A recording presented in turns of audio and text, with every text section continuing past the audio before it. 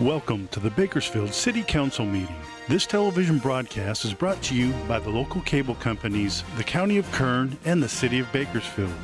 You can watch the rebroadcast of this meeting Saturday at 7 p.m., Sunday at 10 a.m., and the following Wednesday at 7 p.m. You can download the agenda for this meeting at www.bakersfieldcity.us. Presiding over this evening's meeting, the Honorable Mayor Karen K. Go.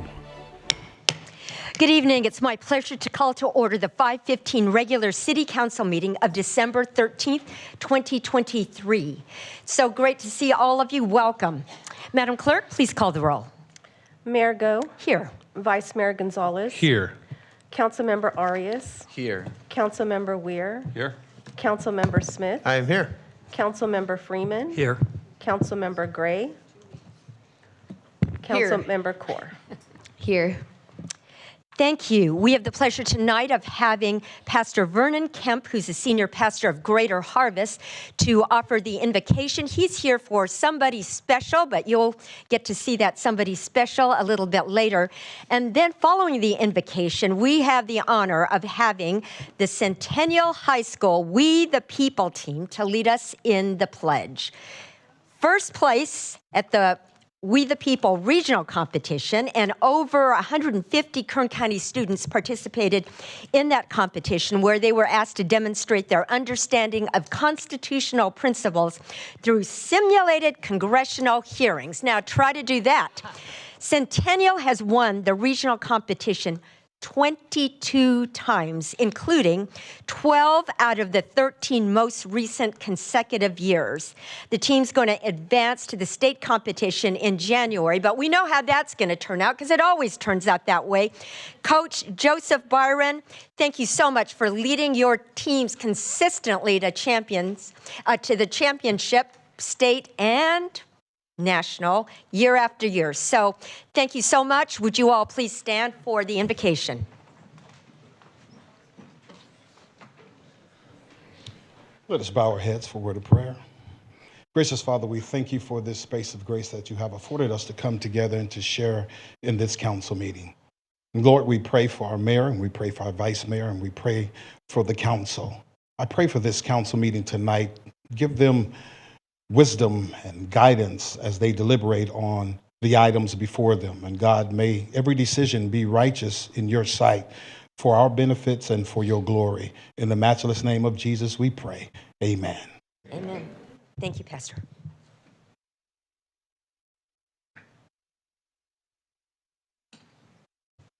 Please remain standing for the pledge. Salute. Pledge. I pledge allegiance to the flag of the United States of America and to the republic for which it stands, one nation, under God, indivisible, with liberty and justice for all. Thank you so much. And Coach, would you like to introduce your team? You're welcome to say a few words. Sure.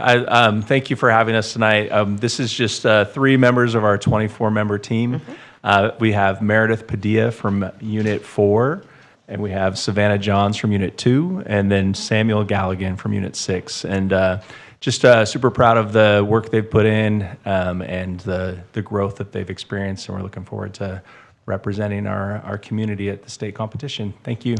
Thank you so much. And Samuel, you're the scout who has won so many or achieved so many patches that you would extend your Correct. Yeah, patch. I earned all 139 merit badges. Congratulations. Thank Aren't you. we in good hands to have young people? Thank you so much. We appreciate you. You're welcome to stay, or if you need to leave, you're welcome to also do that. Yeah, creating an extension because you've won so many merit badges beyond what normal people do. Thank you so much. We the people, thank you for being champions and representing us so well. Here are a few guidelines to help our meeting run smoothly. We request that you turn off your phones. Please be courteous in the use of cameras and videos. For safety reasons and as a courtesy to others, no signs are allowed in the council chambers or in the lobby. Applause is allowed during the presentations portion of the meeting, but not during other portions of the meeting. Everyone in attendance is expected to adhere to the rules of decorum established by resolution of the City Council. Failure to abide by the city's rules of decorum, including any disruptive behavior that interferes with our ability to have an orderly and efficient meeting, prevents the City Council from conducting the business of the city. Behavior that disrupts the meeting includes repetitive statements, going off topic, shouting, outbursts from the audience, and surpassing the 2-minute time limit. Madam Clerk, next item, please. Presentations. 4A, check presentation by the City of Bakersfield's Economic and Community Development Department and Mayor Karen Go to Stephanie Chavez, owner of Sweet Bites and Ice, Artisa May Moten, owner of Awakened Consulting, Inc., and Alexandria Kemp, owner of A&B Naturals, for their selection as grant recipients of the Entrepreneurship Grant Program. It's that season of giving, and today 3 local businesses are getting some pretty large stocking stuffers. Maybe they're larger than stocking stuffers. And so these businesses ranging from holistic mental health services, homemade self-care products, and dessert options to curb your sweet tooth. Our community is seeing the growth of entrepreneurship, and it's an honor to stand with Jennifer Byers, our city's Economic Development Director, to recognize 3 businesses and to present each of them with a check. Jenny? Thank you, Mayor Go and council members. The Economic Development Team, we're very proud to present some of these awards to our recipients of the Entrepreneurship Grant Program. First, I'd like to take just a moment to thank Cecilia Griego, Bridget Guzman, and Melissa Fowler for creating and implementing this program. Utilizing ARPA dollars, the city has partnered with some technical assistance, and that is with CSUB's Small Business Development Center and the Food Service Management Program, as well as with Bakersfield College for their Launchpad program, and the Kern County Black Chamber of Commerce. Applicants are required to work with one of these advisors who provide small businesses the opportunity to improve their business plans or provide assistance with key documents to get them prepared to start a business or to grow in the business that they have. Since June of this year, 42 startups and existing small businesses have been awarded funding, with an additional 54 applicants under review. Grant funding has been made available to provide 3 $40,000 grants, one of which is being awarded tonight, 4 $25,000 grants, 2 of which are being awarded tonight, 100 $10,000 grants, and 56 $5,000 grants. So quite a bit of money is going to our local businesses, and we're just very excited about that. We're going to be awarding those first grants. I'd like to talk a little bit about them, but also bring up from CSUB, Jennifer and Kelly, and from Bakersfield College, T. Johnson. They're going to tell us a little bit more about their program, and then we can give you some information about these businesses who are going to be awarded.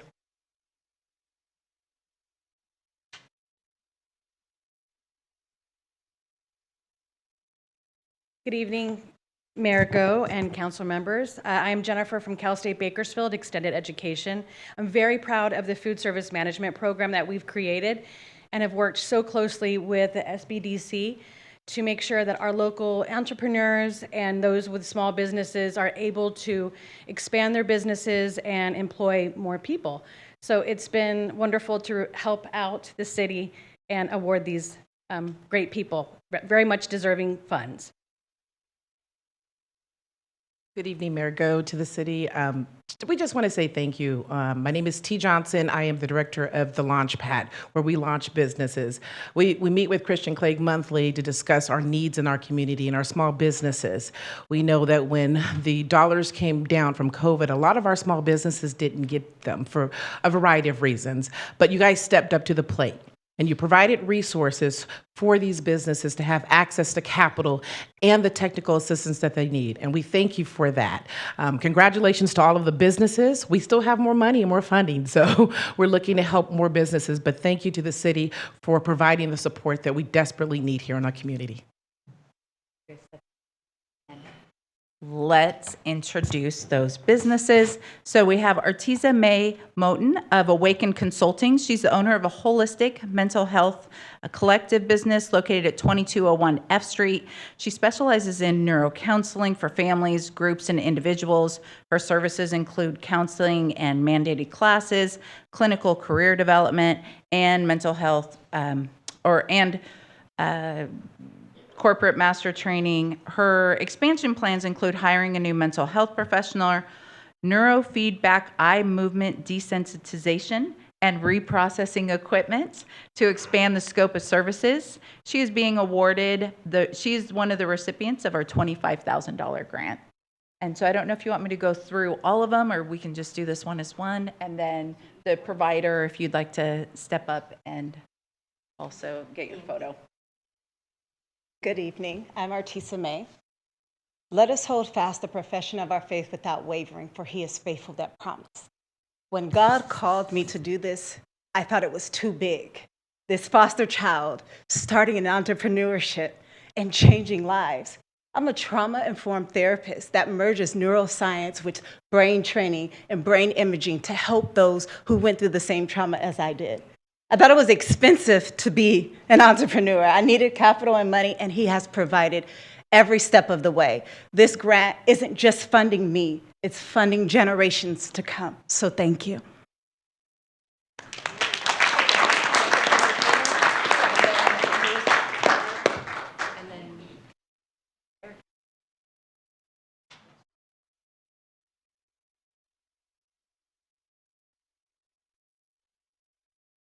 Well, you should come here.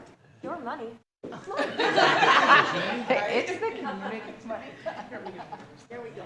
Let her be in the middle. Okay.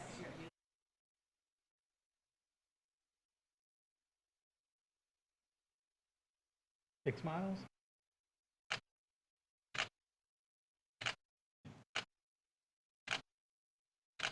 Good, thank you.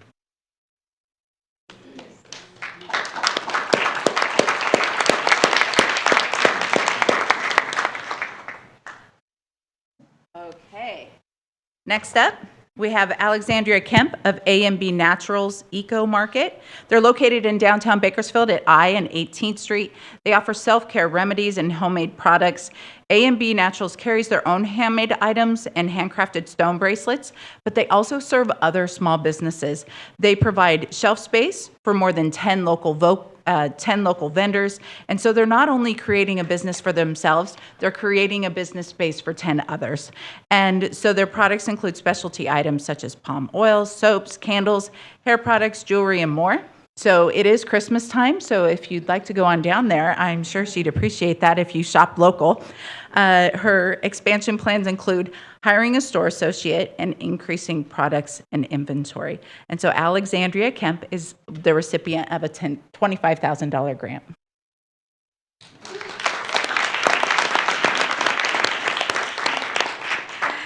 Thank you all for this wonderful opportunity. I would like to say that small businesses are a part of the heart of Kern County, and when the community and you all support us, we're able to keep the heart pumping. So thank you very much. Yes. Today with me, I have my husband, Brian Guyton. I also have my father and mother, Vernon and Vicki Kemp. You can get closer. Yes. Thank you once again. So we'll come and take a quick photo.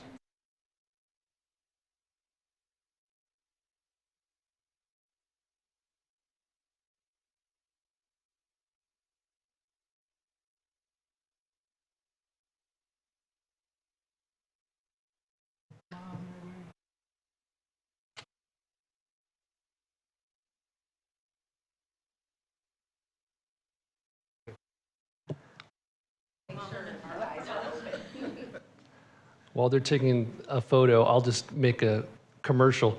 A&B Naturals can be found in the heart of the city in downtown Bakersfield on 18th Street. And it's a wonderful, wonderful store. I love going in there. And they're so nice. Shop local. Thank you. So our final recipient tonight is Stephanie Chavez of Sweet Bites and Ice, LLC. She currently operates a dessert food truck business located on White Lane that started during COVID-19. Desserts served include a variety of handcrafted crepes, churros, waffles, milkshakes, over 60 flavors of freshly prepared fruit aguas fresca. Stephanie is the recipient of a $40,000 grant, and what she's going to do with that, she's going to expand into a brick-and-mortar location at the Maya Cinema Retail Center early of next year. So, Stephanie.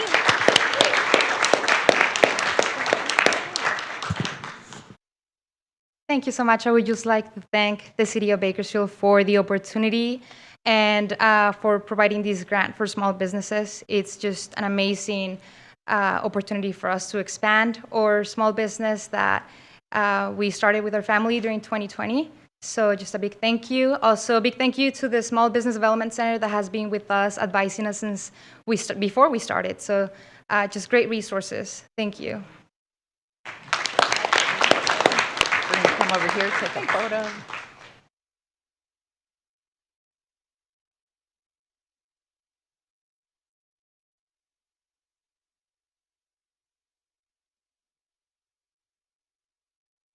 Smiles, 1, 2, 3.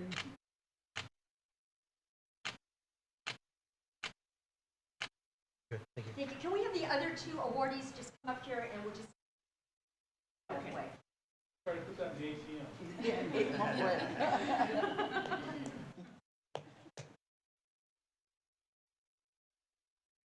Come on, Cal. Come on. They did all the work.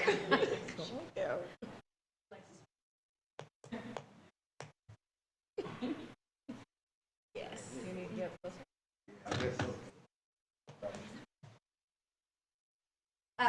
Eric. You can start there.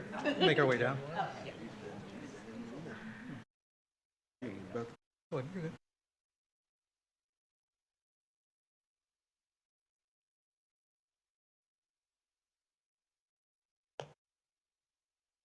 Do one more.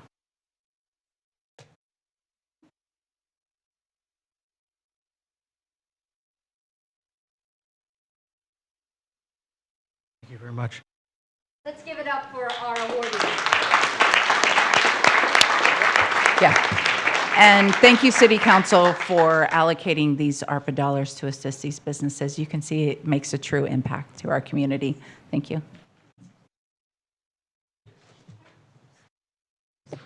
Councilwoman Gray.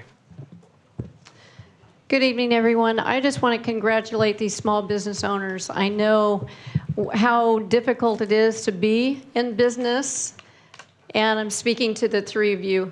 I'm a small business owner myself. It takes a lot of courage to go into business. It's a gamble, in a sense. But you know what? I really appreciated your heart that you shared. The Lord is with all of you, and if you can just trust Him, this year our word for our business was faithful. God is faithful, and He will provide, and I am so proud of each one of you. Thank you all. Madam Clerk, next item, please. Public statements. In keeping with the Council's resolution, the public statements portion is now divided into two periods.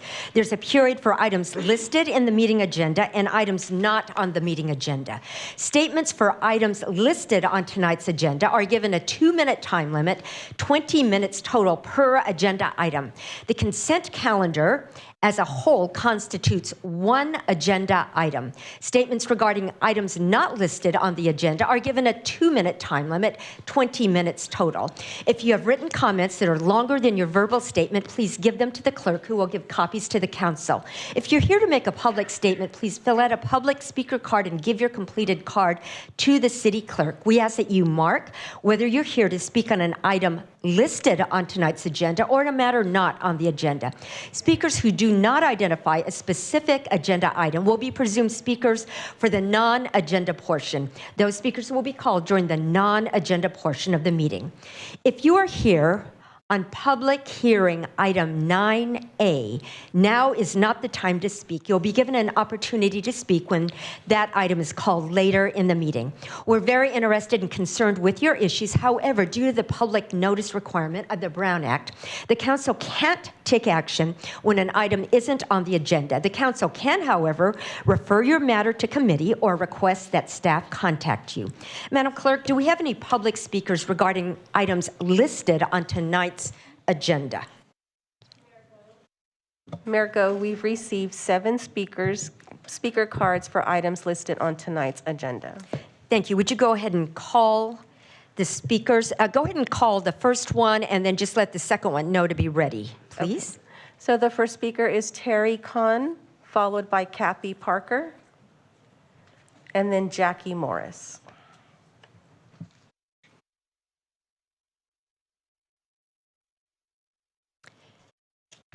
Welcome, Ms. Khan. And just for all of you, as you come up to the mic, just make sure you adjust the microphone to your height. Welcome. I hope that's good. This is for 7E. Good evening. I'm Secretary of the California Federation of Dog Clubs. We support reasonable and enforceable laws that protect the welfare and health of dogs and do not restrict the rights of breeders and owners who meet their responsibilities. We oppose the concept of breeding permits, breeding bans, or mandatory spay-neuter of purebred dogs, specifically those based on the number of dogs owned and or maintained. We strongly support programs to educate the public about responsible purebred breeding practices and the responsibilities of dog ownership. Thank you. Thank you, Ms. Khan. And somebody in the back, would you please close that door in the back? Thank you. Next speaker, please. Hello, my name is Kathy Parker, and I'm a member of the Bakersfield Obedience Training Club, a director on that board, the Redwood Empire Mastiff Club, and the Mastiff Club of America. I'm asking the council to put a full stop to the proposed amendments to the animal ordinances and agenda item 7E. I was disheartened but not surprised to learn that I'm one of the very few residents with all licensed pets. Based on the number of dog licenses issued during the fiscal year and census data, only 5% of the dogs in the city are licensed. What that tells me is that the proposed changes will only impact the responsible pet owners who are currently in compliance. But back to the licensing rate, 5%. Let that sink in. At 5%, there's not enough funding for low-cost spay and neuter and vaccine clinics.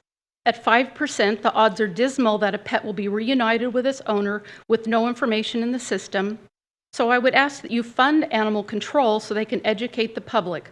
Fund them so that they can canvass neighborhoods to increase that. I would note that the city's open budget tool shows that dog license revenue was only $43,045. If the licensing rate were increased to just 50%, revenue would jump to over $730,000. That's a great start to funding proven methods to reduce pet overpopulation. The amendments include mandatory spay-neuter for dogs over 6 months old. That's actually considered pediatric surgery.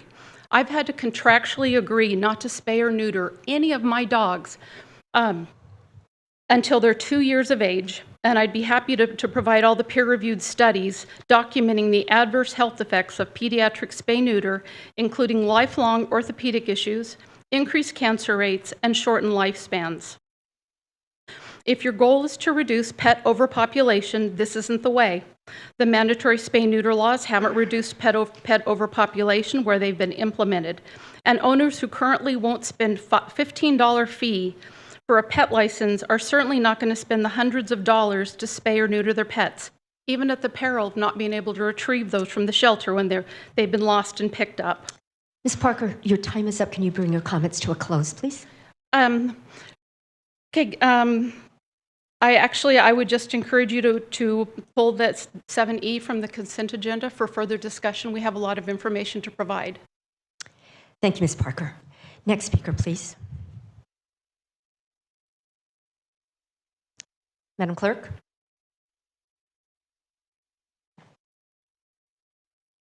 Hi, I'm Jackie Morris. I am also speaking on item 7E. Ms. Morris, would you lower the mic, please? I'm Thank also you. speaking on item 7E, and I'm also in opposition of these ordinances. Several reasons why I am opposed include the city should enforce the existing laws instead of rewriting them completely. The city already has trouble enforcing the existing laws because of a lack of manpower. Estimates suggest that only 30% of the dog owners in Bakersfield currently comply with the dog licensing, and that's a higher number than other studies have shown. The people that don't obey the current laws more than likely won't obey these new laws. The dog owners that will be policed under the new laws are those that actively try to comply with the current laws by licensing and containing their dogs.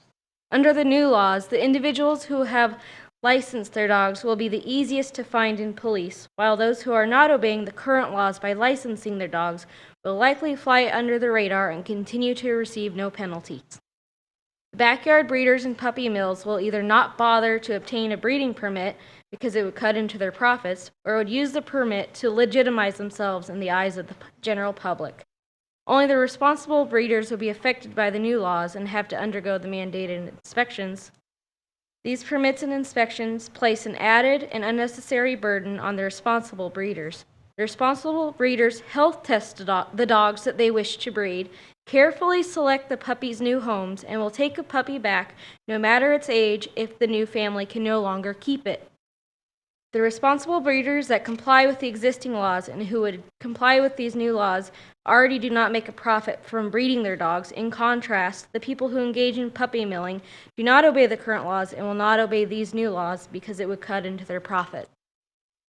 Requiring an inspection of anyone's property who owns more than 3 dogs or Ms. who Morris, wishes your time is up. Would you bring your comments to a Yes. close, please?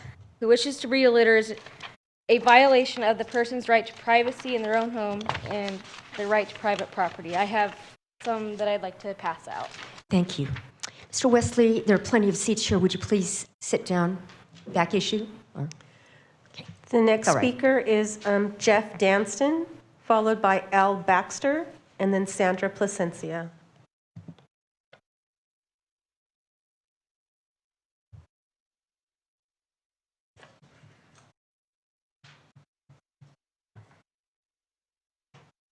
Welcome. Please introduce yourself. My name is Jeff Dunstan. I'm here regarding the 7E. I just found out about this hearing today. It strikes me, I'm just a dog owner. My wife actually shows dogs. And we're responsible owners. The yard is fenced. They're always on a leash. They live a good life. As far as the spaying goes, what another person mentioned regarding 6 months, when my wife, we raise Basenjis, and the contract that she has with her breeder is no sooner than 2 years. We have no problem with the licensing, but the spay just seems overkill. I mean, that's basically it. Thank you. Thank you, Mr. Dunstan. Next speaker, please. Madam Clerk, would you please announce the next speaker? Al Baxter.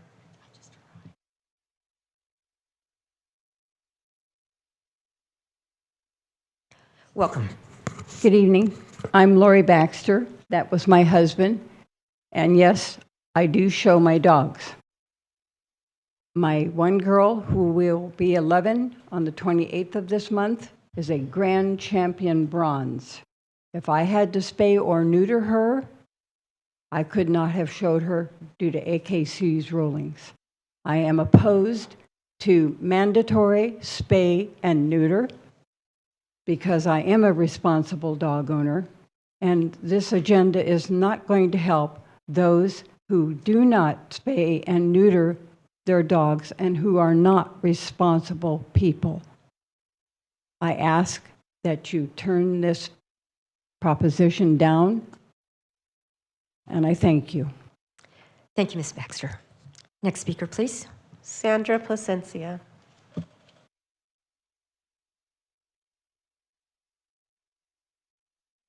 Welcome. Please introduce yourself. Hi, my name is Sandra Placencia, and I am the current policy advocate with Leadership Council, and I'm commenting on 6G. Leadership Council for Justice and Accountability acknowledges the steps taken by the city to ensure low-income residents have an opportunity to build generational wealth and live in safe, secure, and affordable housing with the establishment of a community land trust. As the city revises its sixth-cycle housing element draft, we urge the city to include the community land trust as another policy and program in the draft. HCD findings indicate that the city must adopt programs which address disproportionate housing needs and affirmatively further fair housing. As a mechanism to develop affordable housing under HCD's AFFH final guidance, the Community Land Trust would be added to the housing element with clear objectives to ensure a beneficial impact to the residents of Bakersfield. Lastly, we welcome the opportunity and express interest in working with the council, city staff, and residents in the development of the Community Land Trust. We look forward to working with you, and thank you for your time. Thank you, Ms. Placencia. Next speaker, please. Wendell Wesley Jr.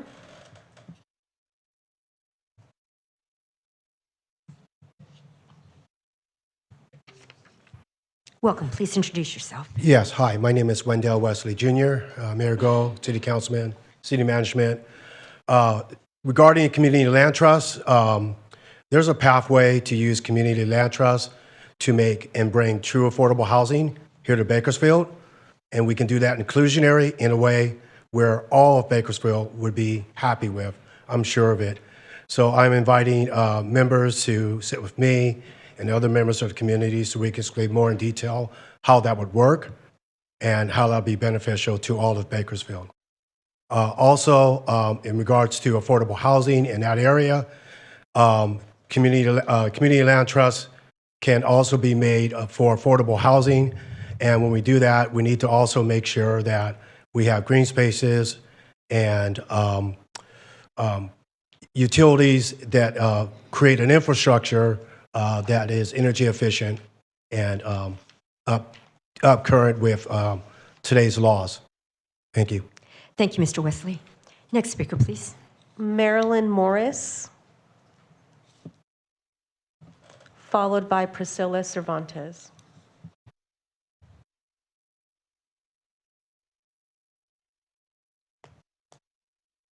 Welcome. Please introduce yourself. I'm Marilyn Morris, and I'm here to address 7E. And as a former person mentioned, I also show dogs. I currently have a Silver Grand Champion girl. She has many performance titles. And once again, if she were fixed, I would not be able to show her. The city already can't enforce the existing laws that are on the books now. And I'm going, how are more laws going to help solve the problem? The people that do not obey the current laws most likely will not obey the new ones if you pass them. The people that will be regulated under the new law are going to be the people that are already abiding by your rules. And they're simply going to be punished more by having more taxes, basically fees put on them to have a kennel and to have it inspected. And as another person said, AKC breeders, we're breeding to get our next show dog, and we're not making a profit. We're responsible with where we place those puppies. They're placed around the country, not just here in Bakersfield. We make sure they have good homes and they come back if there's a problem. Puppy millers, like I said, they're not going to follow the rules. They're not going to get that license. And they're just going to keep puppy milling, making more puppies, getting them out into Kern County. They're not going to leave Kern County. Those are the people you need to go after, not everybody that's already being responsible and already paying their proper dues. Mandating that all dogs be impounded for any second offense, I have an issue with that because sometimes you have neighbors that don't like you for whatever reason, and they're going to turn you in, whether your dogs are all well fenced and quiet. So what happens? You're punished again, even though you're being a good citizen and taking care of your animals properly. Requiring puppies to have a vaccination at 3 months is not advised by veterinarians. You need to check with your veterinarians. They're saying 6 months. You're endangering the lives of our puppies if you're going to make that requirement. So I strongly encourage City of Bakersfield to just maintain the laws that you have and look at trying to enforce them rather than implementing more laws that aren't going to solve your problem, just are going to punish the people that are already law keepers. Thank you. Thank you, Ms. Morris. Vice Mayor. Thank you, Mayor. Thank you, Ms. Morris, for your comments. You raised a few concerns that I've heard a couple times in the community, and I just wanted to take a moment to see if I can gain some clarification from the city attorney, if I may. Number one, the issue related to the vaccination, I believe that was we've corrected that through a Scribner's correction. Can you clarify that for the council? Yes, Mayor and Vice Mayor, that's correct. That was a Scrivener's error during the first reading. It has now been corrected. I'm looking at Deputy City Attorney Ashley Zombrano. It's been corrected to 4 months, correct? Correct. Which is the state standard. That is correct. Okay.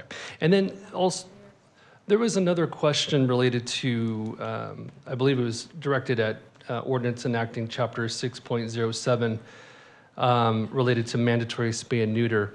I just want to clarify, there is a process through which owners can obtain an unaltered animal certification, correct? That is correct. Okay, so there is a process Yes. through which those who want to show animals to continue to pursue that. I would add, Mayor and Vice Mayor, you don't have to show an animal in order to qualify Sure. for that exception. But yes, that's certainly provided for in the new law should the council move forward. Great, thank you so much, appreciate it. Thank you. Madam Clerk, next speaker, please. Priscilla Cervantes, followed by Natasha Falcons. Welcome. Please Good evening, introduce yourself. everyone. My name is Priscilla Cervantes. I'm a local realtor. Definitely not here in regards to profit. I'm against 7E, mainly because I am from the area, and I got into rescue sheerly by the fact that when I'm out showing properties, I'm running into animals left and right. I do volunteer to transport animals out of the county and out of the city regularly. I'm a little appalled that I can't even drive anywhere without picking up a dog or texting or posting. I understand that we need to make money. However, it is a bit disturbing that I don't feel safe to walk anywhere, specifically on the east side of town, and not be concerned about potentially running into an animal. And the reality is that I do agree there is not enough accountability or enforcement. So I'm a little torn. I'm a little torn because at the end of the day, I'm thinking about what's best for our community. You know, I'm a newer mother. I care about the people in my community. I care about the well-being of our animals. I am a businesswoman. However, at the end of the day, there needs to be some type of, recourse and accountability. There's too many animals that are being euthanized. I don't even have the heart to go to the shelter anymore because it is disturbing. I mean, at the end of the day, I just feel like there needs to be some type of system or program where we can all equally agree that there is a problem specifically in Kern County. When I have clients that I show on the east side of town or on the southeast side of town, and they ask me, why are there so many animals? I don't know what to say anymore. I know my time is up, but I didn't really have anything prepared, but I just felt that it was important that I speak up because we have an issue, and I'm glad that we're talking about this because I feel like it's enough. Thank you, Ms. Cervantes. You're welcome. Vice Mayor. Thank you so much. Just to clarify, you're in support of item 7E? She was torn. Okay, I just wanted to make sure for the record. Yeah, yes. Okay, thank you so much. You're welcome. Sorry. Next speaker, please. Natasha Falcons.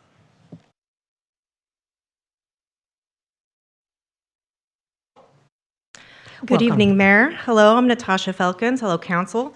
I would like to speak in support of 7E. I'm a resident of East Bakersfield. I do not profit off of animals, but I very much am compassionate towards animals, and I cannot leave my house to go to work or anywhere in my area or downtown or almost anywhere in Kern County without seeing either abandoned animals.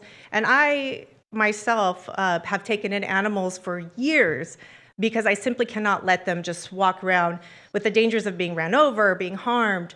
And in the last couple of years specifically, I am constantly seeing more animals dumped in our community. And the reason I support us moving forward with the spay and order ordinance for our city is because we have to start somewhere. And I commend you all for being brave enough to say we need to find language to start somewhere to make a dent in this issue.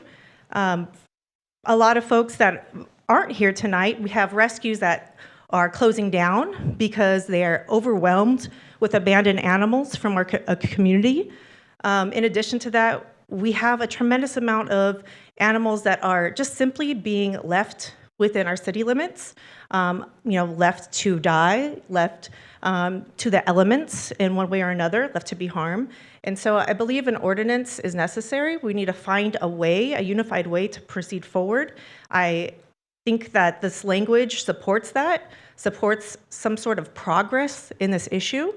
So I, again, support this ordinance. I support 7E. I thank you for moving forward with some language that can help this situation so that maybe in 5 to 10 years, this won't be a problem. Thank you. Thank you, Ms. Felkins. Next speaker, please. That is it for agenda item. Thank you. Do we have any public speakers regarding non-agenda items? Mayor, we've received 10 speaker cards for items not listed on tonight's agenda. Thank you. Would you please call the first speaker and then just announce the next one? First speaker is Lisa Smith, followed by Daisy Vega, and then Raquel Robledo.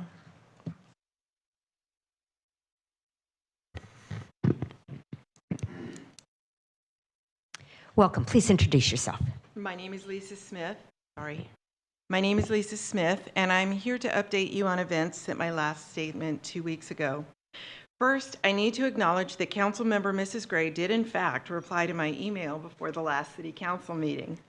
We straightened out email addresses and spam folders, and I've had the opportunity to share some thoughts which she has graciously responded to. With help from her and the Vice Mayor, a meeting has been set between myself and staff, which will be held a week from Friday. My old Stockdale neighbors from Alamo, South Garnsey, Stein, and McDonald Way are grateful for this initial meeting. I recently shared with Mrs. Gray the story of my previous involvement with the City Council, city building, and city planning.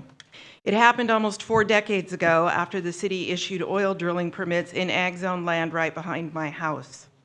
With help from Jack Hardesty, Richard Oberholzer, Mark Dickerson, members of the industry, and the planning commissioners, resident Marion Bradshaw and I spent 2 years in meetings and debates from production sites in Long Beach to the FPPC in Sacramento, trying to help write the Bakersfield Oil Code. I was the only community member from the original group sitting in the audience when the code was finally adopted. Because of that, I do understand that progress creates problems, and their mitigation takes time. I hope that Friday's meeting will be the beginning of a process. What you learn could help you with the same issues in other neighborhoods and with future events, especially as the construction of the new interchanges is in the works or set to begin. Tonight, the Vice Mayor is supporting adoption, or wrote about adoption, of an ordinance which he said in the Californian is before you after years of committee meetings, community conversations, and growing concerns. We're hopeful that this neighborhood will receive the same investment of time and concern, and I thank you for what I hope is a first step. Thank you. Thank you, Ms. Smith. Next speaker, please, Madam Clerk. Daisy Vega.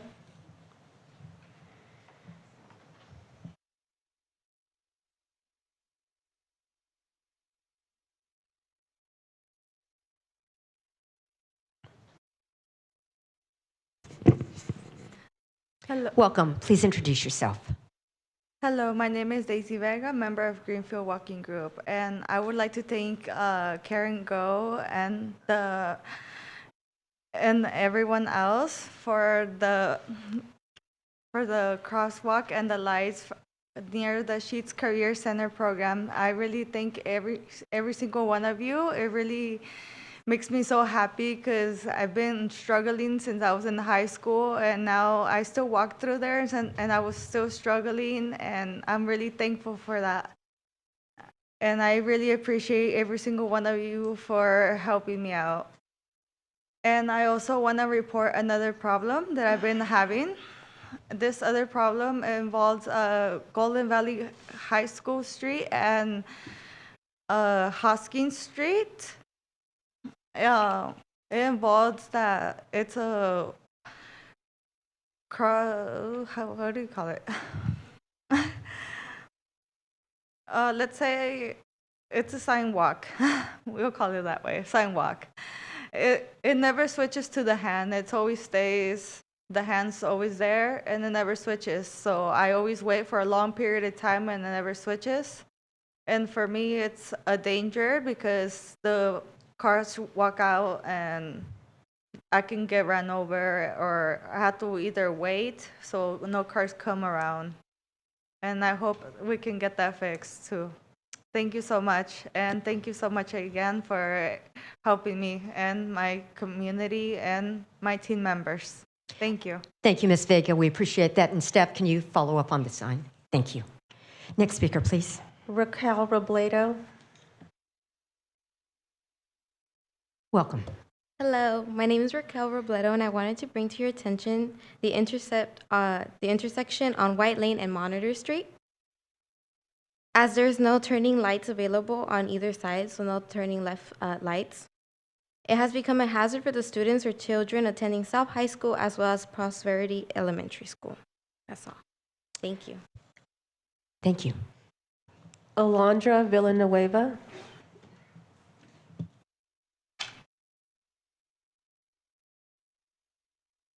Good afternoon. Welcome. My name is Alondra Villanueva. We would also like to thank you for the crosswalk implemented in front of Stern Park and the Greenfield Resource Center. It has been a huge help in reducing any sorts of hazards. Since before this improvement, there was an instance where I had to run across the park. I had to run across the road to get to Stern Park because cars would not stop or yield to pedestrians. Now the street is more safe and parents feel reassured when the elementary school kids are walking home. Now that this crosswalk has been implemented, thank you very much. Thank you, Ms. Villanueva. Natalie Next speaker, please. Tarango. Welcome. Please introduce yourself. Good evening, Mayor and City Council members. My name is Natalie Tarango. I'm a senior at Golden Valley High School, and I'm here with ACT and the Greenfield Walking Group. First of all, thank you for all the support you have provided to our community in our project proposals. I am here today to request a right turn lane on Monitor and Hosking in front of Golden Valley High School. There is only one lane that goes both forward and to the right. During the hours of traffic, there is a jam where cars pull into the dirt area where students are walking because they don't want to wait for the cars going straight. This causes a hazard for students walking to and from Golden Valley because there's no sidewalk, so the cars go through that area. There's also cars trying to go around, the cars turning right, and in order to go straight, and they get into the lane, the left lane. I drive to Golden Valley and I pass this street every day and often see cars creating hazards for both students and other drivers due to the lack of a right turn lane. So thank you, and additionally, we would like to request to be on the agenda for the next City Council meeting. Thank you. Thank you, Ms. Tarango. Next speaker, please. Barbara Perez.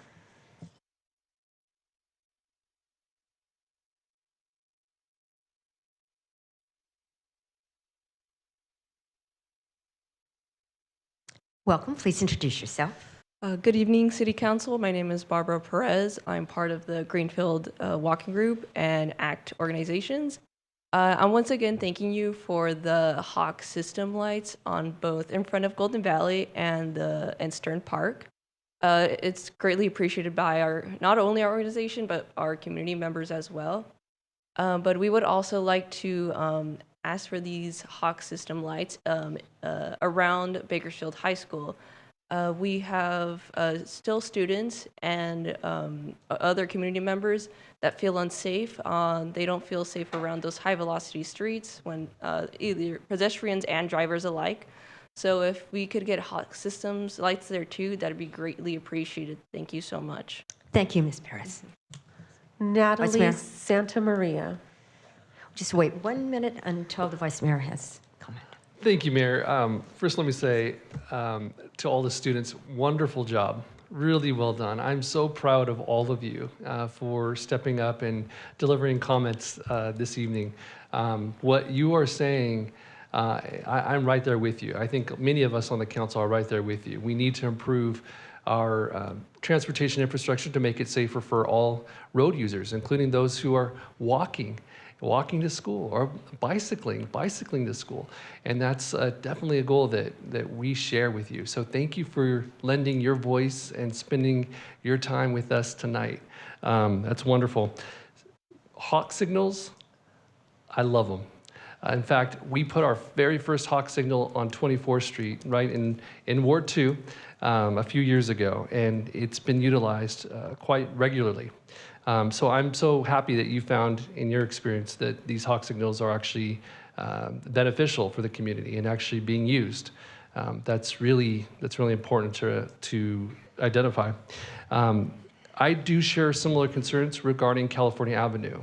And Mr. Strackloose and Mr. Clegg and I have had conversations around California surrounding BHS and a need to make the appropriate adjustments so that we can really calm traffic in that area for all of those students.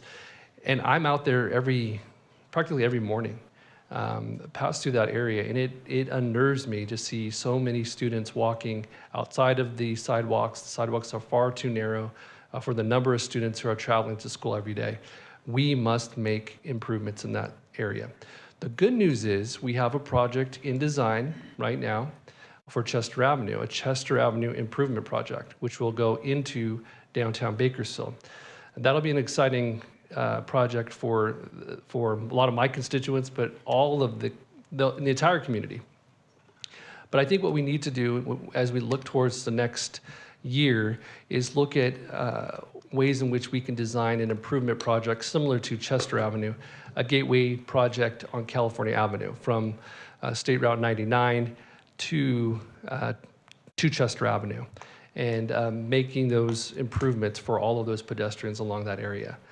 So that's a referral tonight, Mr. Strackloose and Mr. Clegg, and let's see what we can do, and love for us to work on that in the future. The last thing I'd like to let you know about, you may know this already, but we have an ad hoc committee that's now becoming a permanent standing committee on the city council, as long as I'm vice mayor.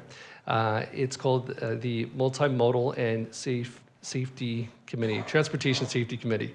And council members Arias, Councilmember Smith, and Councilmember Kaur are the three council members who represent us on that committee.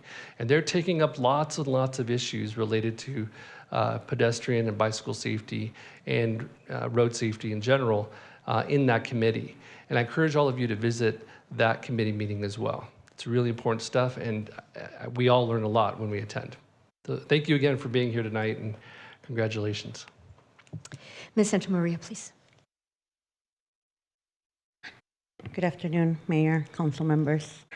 As you have heard, the youth from Greenfield Walking Group, Youth Promotores, and this is something I do want to highlight, that this is a work that they've been doing for about 2 years. This is a group that took training with Visión y Compromiso, advocacy and leadership. They identify these problems in their community and are working towards it. So definitely, yes, very proud moment. I want to personally thank Councilmember Arias and Councilmember Carr for the continued support, for the guidance to this youth, and for always attentively listening to their concerns. That this is a work that it requires all of us to work together, collaboratively to find solutions, as you have heard. And Councilmember Andre, also thank you for always being available and ready to meet with this group of youth. You have already given us some answers to questions that I had regarding hawk lights around Bakersfield High School, which is also another thing that we have been advocating with this group of youth. So thank you all. Again, looking forward to the continued collaboration and work into advancing this and other projects that the youth have also identified through this work with All Children Thrive and Greenfield Walking Group. Thank you, Ms. Santamaria. Councilmember Arias. Thank you, Mayor. I just want to agree with Ms. Santamaria that it does indeed take all of us. And I appreciate the Vice Mayor and all of his comments in support of the work that we're doing. But truly, we could not do this work without each and every single one of you that came up and spoke.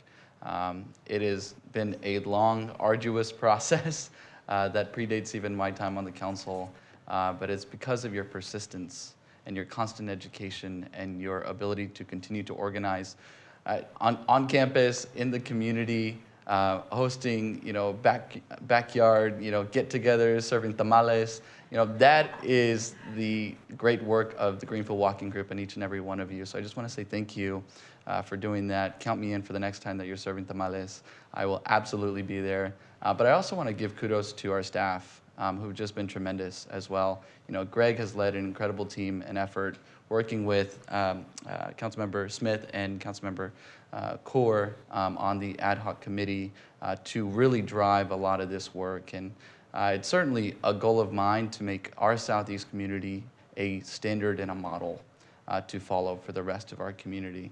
I'm glad to see that it's inspiring places like California Avenue right there at BHS. And it's clear that there's certainly some opportunity for us to celebrate today, and we should take that moment and do that. But clearly there's more work to be done. So with that, I actually want to invite the public and for city staff to join us.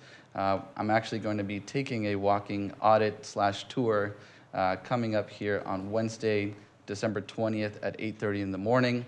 It's my understanding that we are meeting on the corner of Monitor and Hosking, and we'll be walking that entire area. So I think this is a good opportunity for us to talk about all of the challenges that were discussed here today and see how we can make it better. So thank you.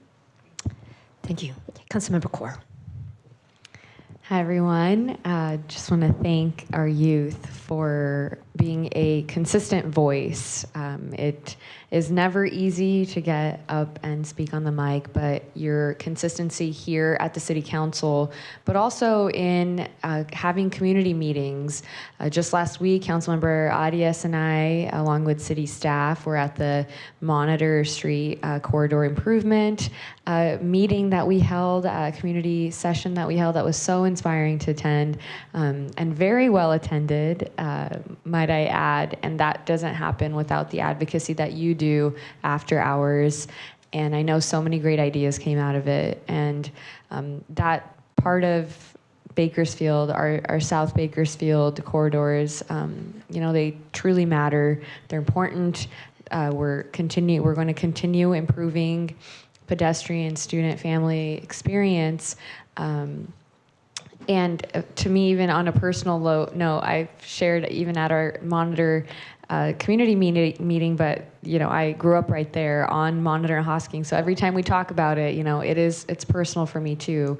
Knowing that there wasn't a park that was in a walkable distance, knowing that sidewalks were few, spread out and cars were going fast, and you either had your parent or your grandparent with you. I sure did. I had either my grandmother or my grandfather even waiting with me at the bus stops to make sure that I was safely picked up by the bus that was taking me to school. So I know that what you're talking about today and what you've been advocating for is long overdue. It's been my whole lifetime as well. So I'm really glad to see the collaboration with colleagues, with our city staff, and our community-based organizations. That's the true model of advocacy, and you all show us that day in and day out. So thank you, and we're going to continue making those improvements, and you have our commitment. Thank you, Councilmember Kaur. Councilmember Freeman. Please lower your mic too. Thank you, Mayor. Since we're on this subject of safety, especially around our schools, a couple of years ago, I had requested, and maybe I didn't make it a directive to the Planning and Development Committee, I honestly don't remember, but because of the problem in schools, whether it's elementary, high school, where we have an open field across, because we're an ag area, we're growing, that happens often, no sidewalks, and I had asked if we could look into putting an asphalt temporary sidewalk on that side of the street. Nothing ever happened, and I wanted that to be a policy for the whole city, not for one specific school. And See, I said, we either do it or we get the school to pay for it for the build it, or we resolve it, work on it. I'd like to ask that we add that to our list of studies that are Planning and Development Committee, a specific policy we develop on whenever a new school, or if we have one that's existing now, and there's a dirt field straight across the street from the school, and all the kids are walking along the dirt, we can't put a permanent sidewalk in because we don't know how it's going to be developed. But we could put an asphalt. I've seen other cities put an asphalt temporary sidewalk in. So I know you got to get easements, talk to the landowner. We can solve those problems. So I'd like us to add that to our list. Another thing that, and Councilman Smith, correct me if you've already given this direction, but a number of years ago we talked about a specific assignment to look at the redesign of our arterials. And we did some. We adjusted the bike lanes, if you remember. I think the bike lane got 2 feet wider. We made the sidewalk 2 feet wider or something like that. But I was in favor of getting the bike lane up, not at grade with the street. I didn't win that argument then, but I know we recently talked about we need to revisit the design of our arterials now. It's almost urgent because every day we're building more arterials wrong. Every day. So anything we decide today would be an ordinance, it's going to be way out on the fringes before the end, but I hate to keep building them wrong. They're millions and millions of dollars. So I would like us to relook, I guess it'd be planning and development, the design of the arterial, specifically, do we really need 3 lanes? What's the traffic count? What's the level of service we're demanding? If we got to have level service A, well, you got to build 20 lanes to get level service A. You know, we sort of boxed ourselves in with ridiculous levels of service because everybody thought if you had a level service D, you were failing in your class, and the public thought that meant bad. Well, that doesn't necessarily mean bad. We just build more and more lanes to get to A. I was in a project once that conditioned it to do 12 lanes so they could get us to level service A. If you can imagine the waste of money and maintenance and pollution and everything else of that. But I would like us to look at, do we really need 3 lanes on arterials? Can bike lanes be moved up or by the sidewalk? And they do need to be separate. I've been enough in Europe that you're getting hit by bikes now. You've got to have the walking area. It could be right next to the bike lane. Maybe they'll reach 8 feet, but don't make it the same lane. Because especially with electric bike, people are getting hit all the time now. And there are going to be more and more bikes. So I really urge us to address this soon before we approve another big project. We build another several miles of bad arterials that the cost is it's impossible to remodel them once you've spent millions. What is it, $2 million a lane mile now? It used to be 1. I mean, it's astronomical, the cost. I question whether we need 3 lanes. Anyway, I'd like that also to go to planning and development, that we find a place on the list of things we have to do there to address that, you know, as soon as we can, as you have the time. Thank you. Thank you, Councilmember Freeman. Councilmember Smith. Thank you, Mayor. Thank you, Councilmember Freeman. Yes, I am in agreement, and I think just last meeting I made the referral again on the arterial lanes, and we're looking at that. I think we can make certain changes now, and some of the other changes would have to come with the general plan update, if I'm not correct. If we're going to reduce the level of service and if we're going to reduce the actual number of lanes, I think that's part of the general plan update. But as far as the existing lane widths and bike lane widths and configuration, I think we could play with now, and we're looking at that. That's my understanding. Thank you. Thank you, Councilmember Smith. Greenfield Walking Group Youth, thank you so much for your tenacity, your focus, and just your growth. It's wonderful to see your growth in your advocacy and your communication. Hema, Natalie, thank you so much for your leadership. It's always great to see all of you. Madam Clerk, next speaker, please. Wendell Wesley Jr.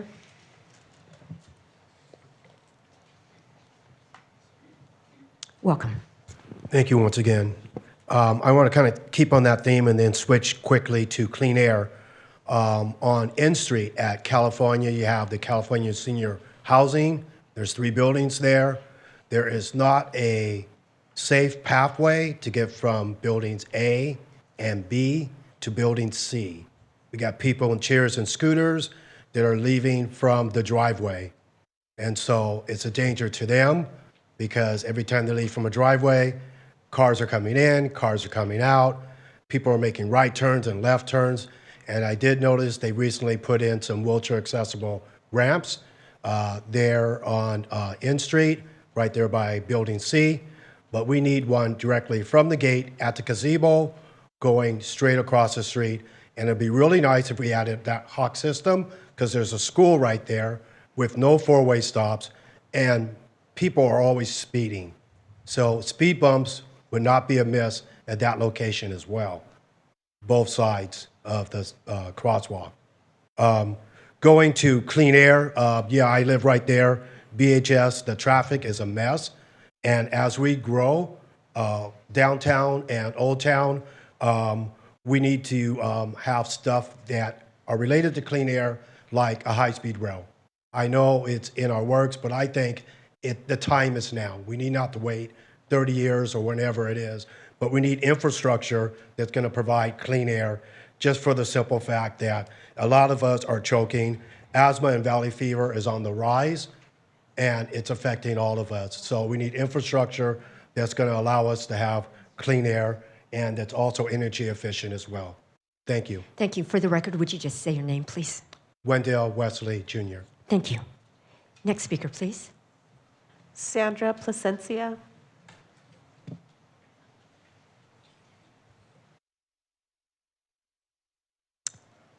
Welcome. Please Hi. introduce yourself. Sandra Placencia, current policy advocate with Leadership Council. And I just kind of wanted to echo what the youth was saying a little earlier, but tie it back to the general plan. I know Councilmember Smith, you just mentioned it. So I just kind of wanted to state that we stand beside the community residents and partner orgs, and we asked the city to work alongside us, Visión y Compromiso, ACT, Greenfield Walking Group, in order to identify prioritizations in the environmental justice element, right, SB 1000. The EJ element provides opportunity for healthy communities all throughout the city of Bakersfield. We remind the city of its obligation to follow Government Code 65351 and involve the public in meaningful community engagement in the development of the general plan. The city must identify disadvantaged communities and meaningfully engage residents in the general plan update through various community strategies, such as providing documents in various languages, provide workshops in community-friendly jargon, provide multiple opportunities for resident feedback. This can be either online surveys or door-to-door canvassing, or simply asking them or working with CBOs to reach disadvantaged communities. Residents must be meaningfully engaged in every step of the update. This includes both the planning process, the development of policies, and implementation. A critical component of the general plan speaks to resident recommendations today is the city's responsibility to develop the EJ element, right, or the environmental justice element that should deal with the pollution burden and other hazards in communities experiencing disproportionate impacts that lead to unique or compounded health risk. SB 1000 requires jurisdictions to identify disadvantaged communities and work alongside residents to develop policies that should come from disadvantaged communities. And there are 8 standards that the city has to follow, which is pollution burden, improving air quality, promoting public facilities, food access, and safe and sanitary homes. Adopting policies and objectives to promote civic engagement in public decision processing, and prioritizing improvements in programs Ms. to address Placencia, your time is up. Can you just bring your comments to a close, please? Yes, the need of DACs. Overall, we also just wanted an update on the climate action plan. We know that it was tabled earlier this year, but we have not heard anything of it. Thank you so much. Thank you. Next speaker, please. Samantha Salvador.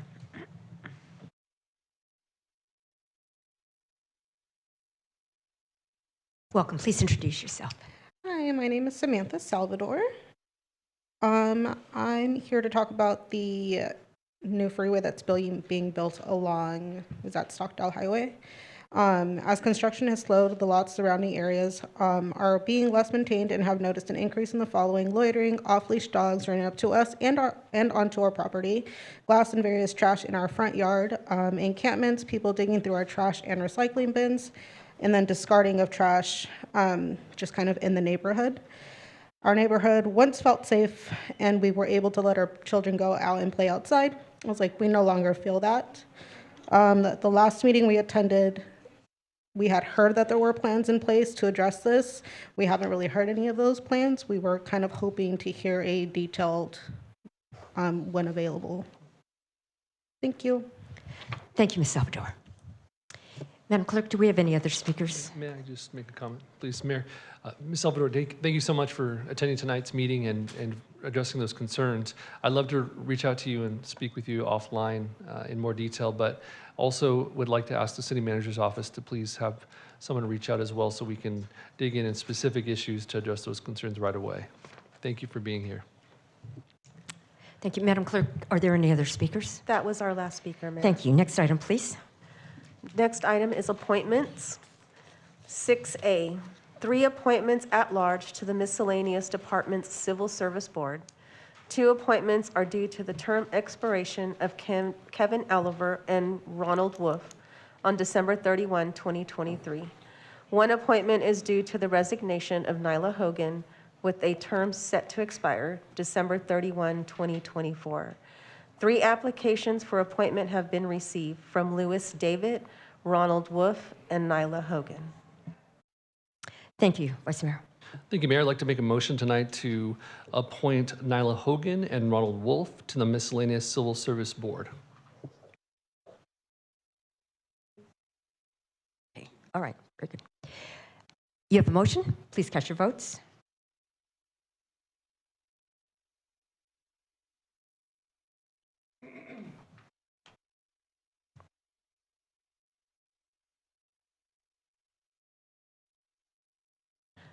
Motion was unanimously approved. Thank you. Thank you, Mr. Wolf and Ms. Hogan, for your willingness to serve. Next item, please. The next item is 6B, 1 appointment at large to the Fire Department Civil Service Board to serve a term to expire on December 31, 2026, due to the term expiration of Ronald Eves, December 31, 2023. A staff memorandum was received requesting the item be removed from tonight's agenda. Thank you. The next appointment. Next appointment is 6C, 1 appointment at large to the Police Civil Service Board to serve a term to expire on December 31, 2026, due to the term expiration of Kelly Lucas, December 31, 2023. A staff memorandum was received requesting the item be removed from tonight's agenda and be brought back to the January 10th, 2024 meeting. Thank you. Next appointment, please. 6D, 1 appointment at large to the Kern Mosquito and Vector Control District due to the term expiration of Florin Core, December 31, 2023. 1 application for appointment was received from incumbent Florin Core. Thank you, Vice Mayor.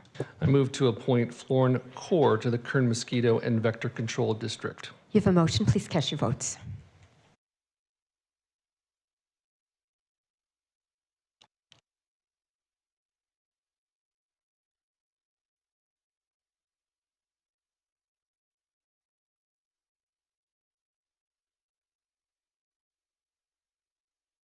Motion was unanimously approved.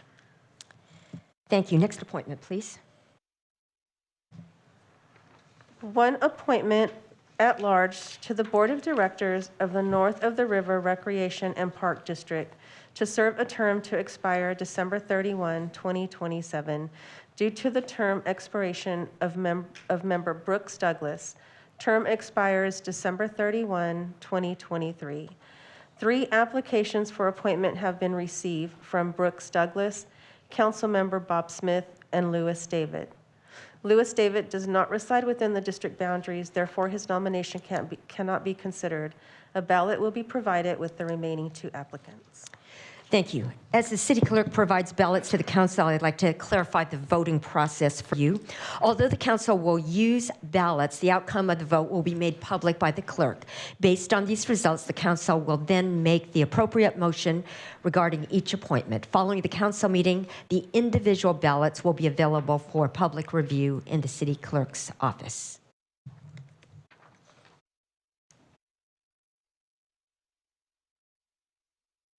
And council members, just remember to include your ward, please.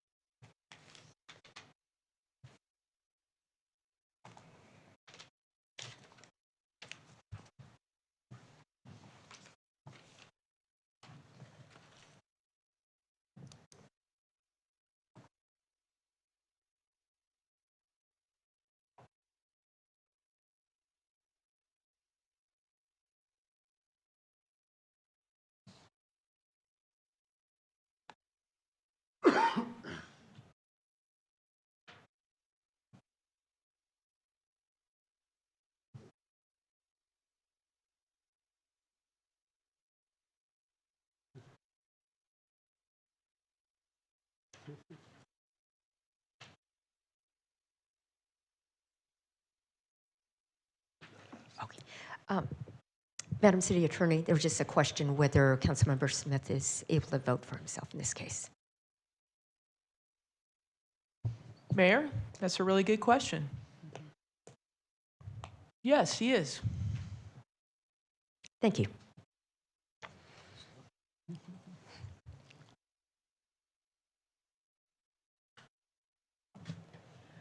Mayor, the person receiving the highest amount of votes is Councilmember Bob Smith.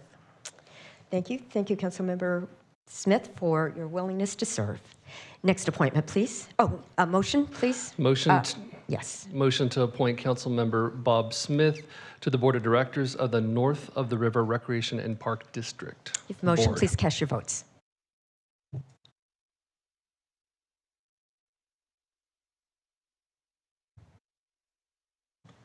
Motion is unanimously approved. Thank you. Next appointment, please. One appointment to the Planning Commission due to the resignation of Commissioner Barbara Lomas, Ward 4, to a term to expire April 30, 2026. 2 applications for appointment were received from Ronsally Kaligal and Nicholas Strickland. Thank you. Councilmember Smith. Yes, I would like to nominate Nicholas Strickland to replace Barbara Lomas, and thank you, Barbara. She is gone now, but she served for many years. Nicholas Strickland for Planning Commission for Ward 4. Thank you. Thank you. If a motion, please cast your votes.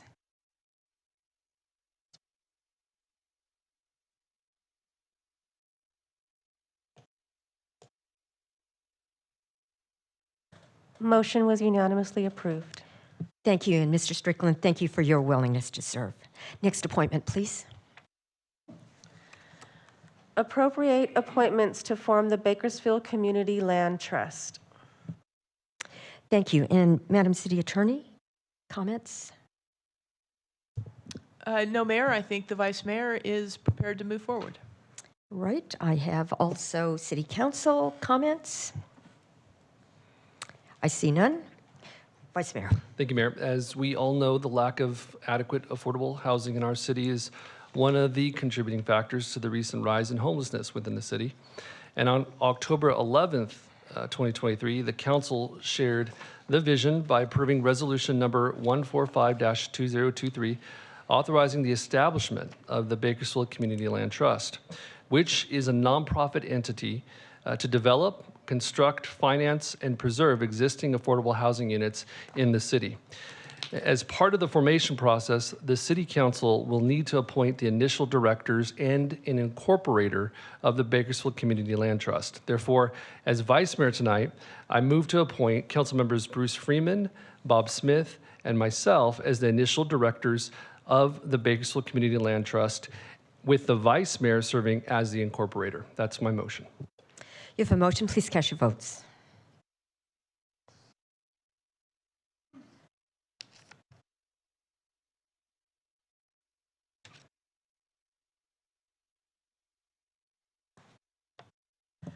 Motion was unanimously approved. Thank you. Next item, please. Consent calendar items 7A through 7BD for approval. Staff memorandums have been received for items 7E, transmitting additional correspondence, and 7U, transmitting corrected grant amount. Thank you, Vice Mayor. Thank you, Mayor. Does any member of the council wish to recuse themselves from any item? Seeing none, does any member wish to pull an item for separate consideration tonight? Seeing none, I will pull item 7F for separate consideration. And with that, I'd like to move the adoption of all remaining items. You have a motion, please cast your votes.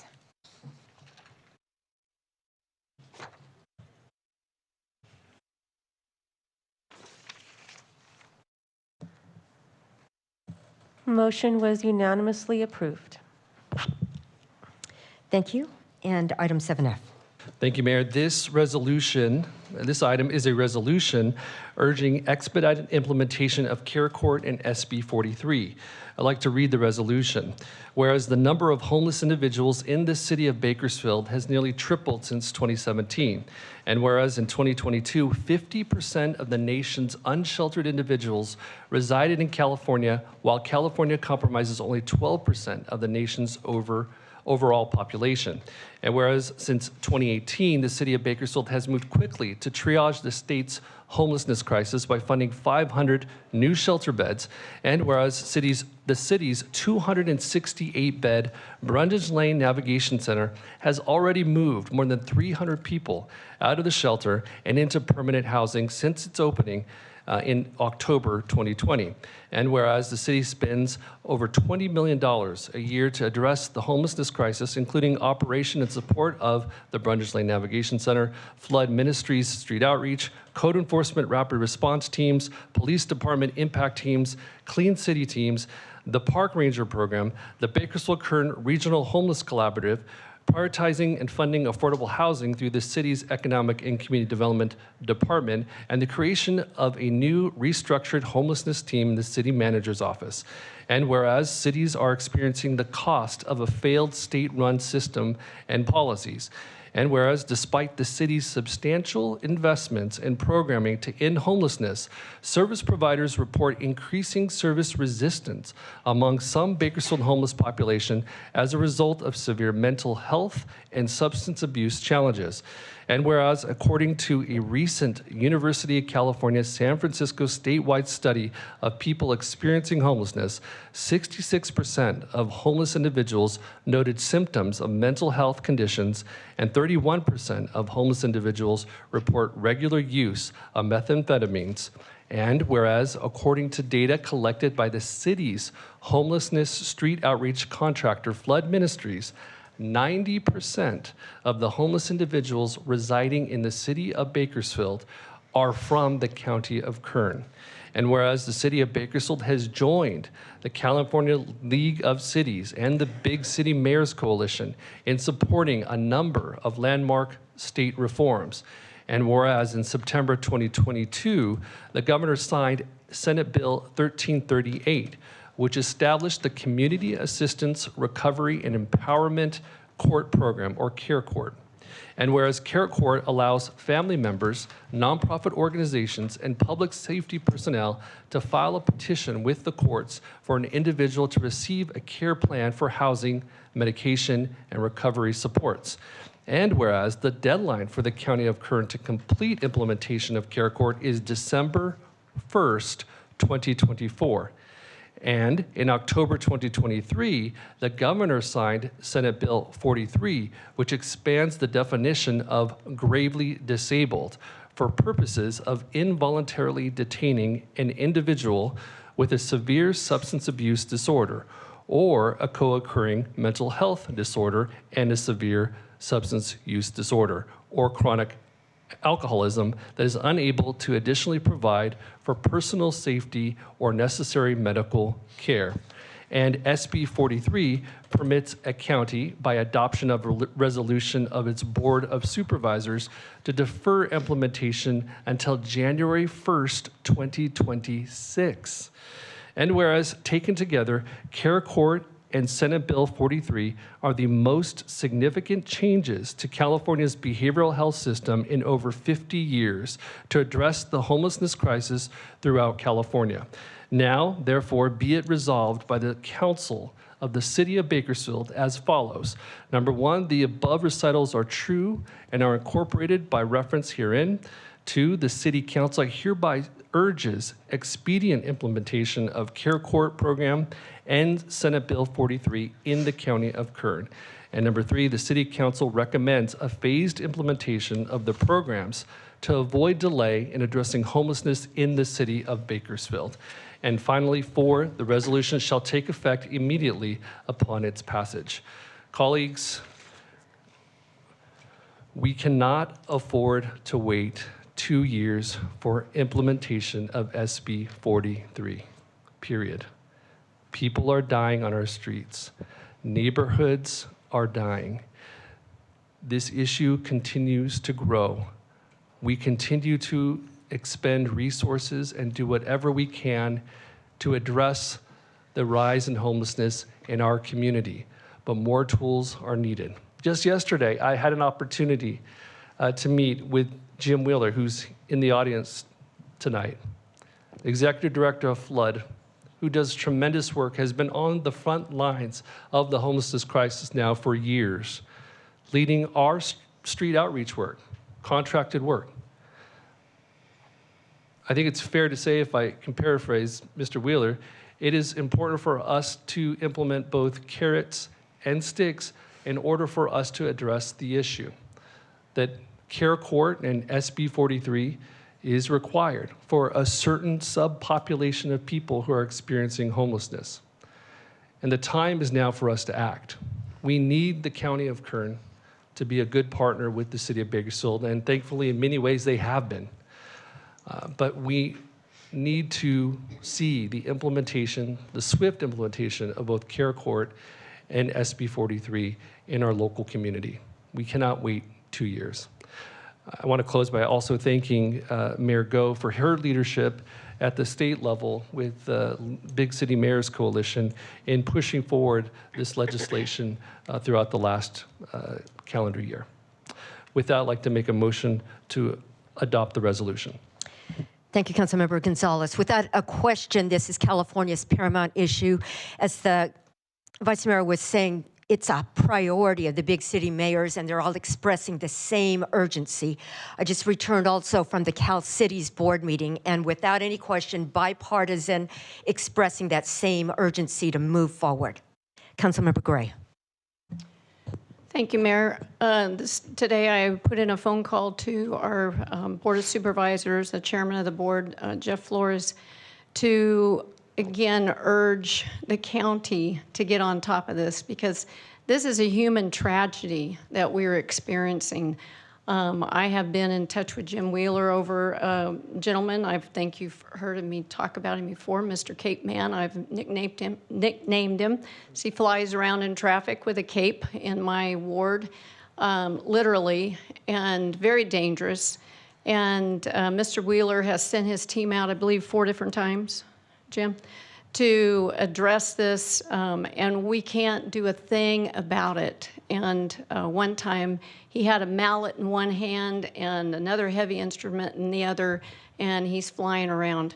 So we have got to take on this challenge and not delay, and have some tools in our tool belt, because again, it's a human tragedy. It's when I think about these people that they can't make decisions for themselves and they're out there freezing to death or starving to death, that's not humane. We don't even let dogs do that. So why are we allowing the human race to be inflicted with this when they have no way to make better decisions for themselves? So anyway, I'm all in favor. I appreciate you reading that through, Vice Mayor, and I'm glad that the city, thank you, Mayor, for all the work you've done on this, because it is paramount and is the most complicated situation I think we have to deal with in the city. So thank you very much.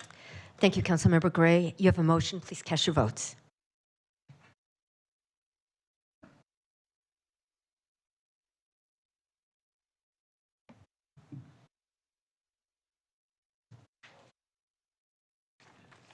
Motion was unanimously approved. Thank you.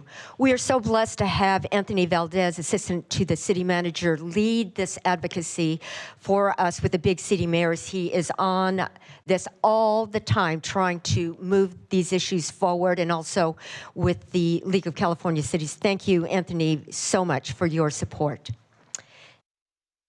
Next item, please. Hearings 9A. Public hearing to consider the approval of an economic subsidy agreement with M8 Systems not to exceed $100,000 for operational costs associated with Smart Agricultural Technology Engineering Center. This item with the public hearing, each side will be allowed 15 minutes. It's 15 minutes for all speakers per side, so it's important that you identify yourself and make your statement succinctly so others may speak. We'll hear statements from those opposed to the staff's recommendation first, then we'll hear from those who'd like to speak in favor of the staff's recommendation. If there's testimony on both sides, each side will be allowed a 5-minute rebuttal. There's a clock on the TV screens behind me which indicates 15 minutes. Please step to the microphone microphone, identify yourself. After 14 minutes, a yellow light will come on. At the end of 15 minutes, a red light will flash, indicating your time is up. Quickly end your statement.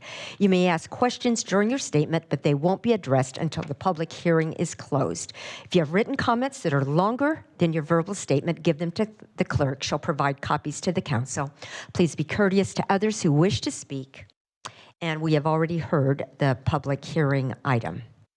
So at this time, public hearing item 9A is open.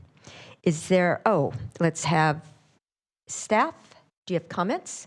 Yes, thank you, Mayor. We do have some brief comments. Just to put this item into context, this is a type of item that has come before this council over the last year. We've done close to probably half a dozen projects like this, but any economic incentive agreement that's over a certain dollar amount requires a public hearing. That's why it's a public hearing as opposed to a consent item that might be of a similar dollar amount. And so we have done this again for a handful of those companies that are either expanding or relocating that we feel have a unique economic benefit, and we're trying to promote those activities. And for this particular organization, it was a corporate headquarters site selection to Bakersfield, and it connects to multiple of our energy cluster targets within our economic development strategic plan. With that broader context, I'll ask our interim economic and community development director, Jenny Byers, if she has any additional details to add for this item. No additional details. There you have the brief summary. Thank you. So public hearing item 9A is open. Is there anyone who would like to speak in opposition to staff's recommendation? If so, please step to the microphone, identify yourself, and proceed. Seeing none, is there anyone who would like to speak in support of staff's recommendation? Seeing none, I'll close the public hearing and return it to council for comment and action. Vice Mayor? Move to approve the agreement. You have a motion. Please cast your votes.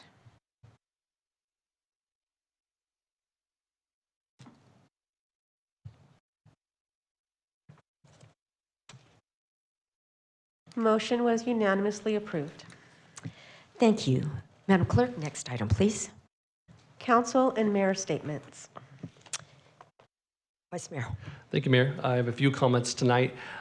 Tomorrow morning at, I think, 5 in the morning, a group of community stakeholders and I, along with a few ECD staff members, will take a bus up to Sacramento to participate in the state's Strategic Growth Council meeting, where the council will approve a recommendation by staff to award the City of Bakersfield $22 million for the Transformative Climate Communities Grant Program.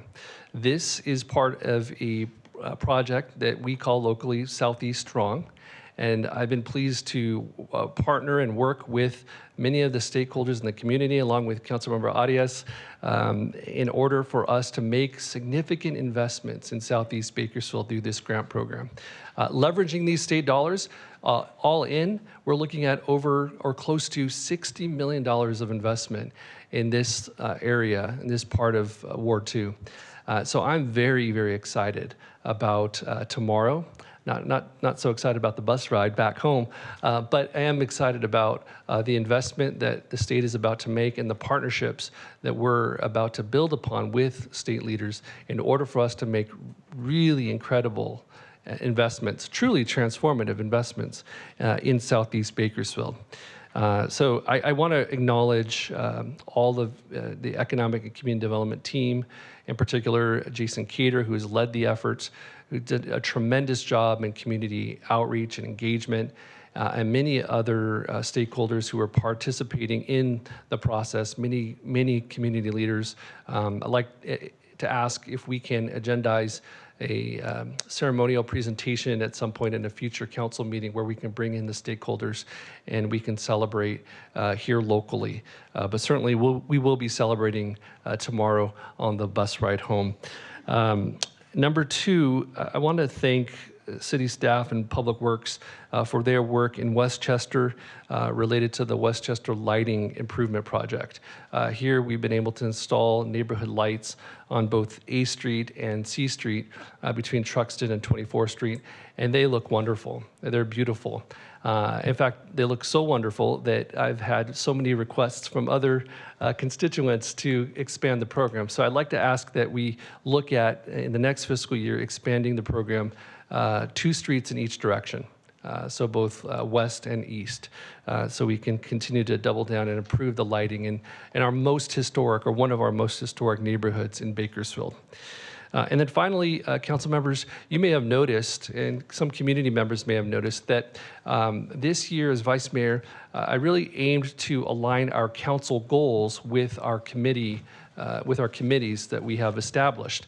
There is one council goal, however, that has not had a home by design, and that was the innovative and efficient government section. And so I'd like to make a referral tonight that we really focus in on innovation and effective governance, or government rather, in 2024. And we conduct and schedule out for the year a series of workshops so that we can really drill down on how do we accelerate the rate at which we modernize city government to meet the growing demands of a changing world. There's so many things that quickly change in our society and our world today, and that's not hyperbole. And we need to be able to have a strong city government that is agile and that can directly respond to those changes in real time for our community members. And then finally, I just want to wish everybody a very happy holiday season, and thank every single City of Bakersfield employee for all of the work this year. There's been a lot of work. There's been a lot of priorities that have been established, a lot of high ambitions, certainly a lot of issues. But I just want to thank everyone. I want to thank every single city employee who gets up every single day to serve the people, true public servants. So I wish all of you and your families a very happy holiday season, happy new year, and look forward to working with you all again in 2024. And thank you to my colleagues as well for all of your leadership, your commitment to your respective wards, and also for demonstrating great stewardship for the rest of the city. Thank you. Councilmember Gray. Thank you, Mayor. And I also want to express my gratitude. It's been a pleasure to serve the city over the last 3 years. And we've, like you say, we've had a lot of challenges have come up, but I am very grateful for the opportunity to serve the city. I'm very grateful for our staff, again, that works hard. Sometimes we don't tell you that enough, and we appreciate what you do. And also for all the volunteers in our city who donate their time, donate their resources. We are the most generous city, I believe, in the state of California. And there's many people this Christmas season that are being blessed by donations from all over the city, and many, many toy drives and so forth. So we're very privileged to live in a city that people work together. So with that, I just want to wish everyone a very Merry Christmas as we celebrate the birth of our Lord and Savior Jesus Christ, and we just thank you that he came to bring hope to all of those who would call upon his name. Thank you. Thank you, Councilmember Gray. Councilmember Kaur. Thank you, Mayor. I want to join in thanking our staff and my colleagues and everyone who spends every other Wednesday with us here at the council meetings. Tomorrow marks my 1-year anniversary of being sworn into the Bakersfield City Council. And wow, can I say that there is so much to learn, and the learning curve is high in this first year. But I couldn't have made it to the 1-year point without having colleagues who are supportive and and guide and provide input and feedback and guidance throughout our different subcommittee meetings. Councilmember Freeman offering advice, and our conversations on this end of the dais. Our city staff, and there's folks who spend so many countless hours making sure that we are up to speed and in the know. And while also just being and having ears that listen and are so responsive to our different council priorities. I know they vary, but I just wanted to express my gratitude for making my first year one of lots of learning, lots of compassion, lots of gratitude, my gratitude towards you, but also your support in helping me make it to this 1 year mark. It's a special moment that I'm reflecting on as I see that our city staff has made our council chambers look so festive as well, and everyone's in holiday cheer, and it can be felt. And as Councilmember Gray said, so many folks put in love and care into our community during this time of the year round. But I know there's a lot of families hurting in our community as well, and thinking of them and communities around the world as well. But yeah, happy holidays, everyone, and sending my love to each and every one of you. Thank you, Councilmember Kaur. And thank you to Terry McCormick, who is a past employee of Recreation and Parks, for doing all of this decoration as a volunteer. We're always grateful. She's done it now for a number of years and just really appreciate her volunteerism. I don't see any other requests to speak. Happy Hanukkah, Merry Christmas, Happy Holidays, and thank you to all of you. And with that, we stand adjourned at 6:56.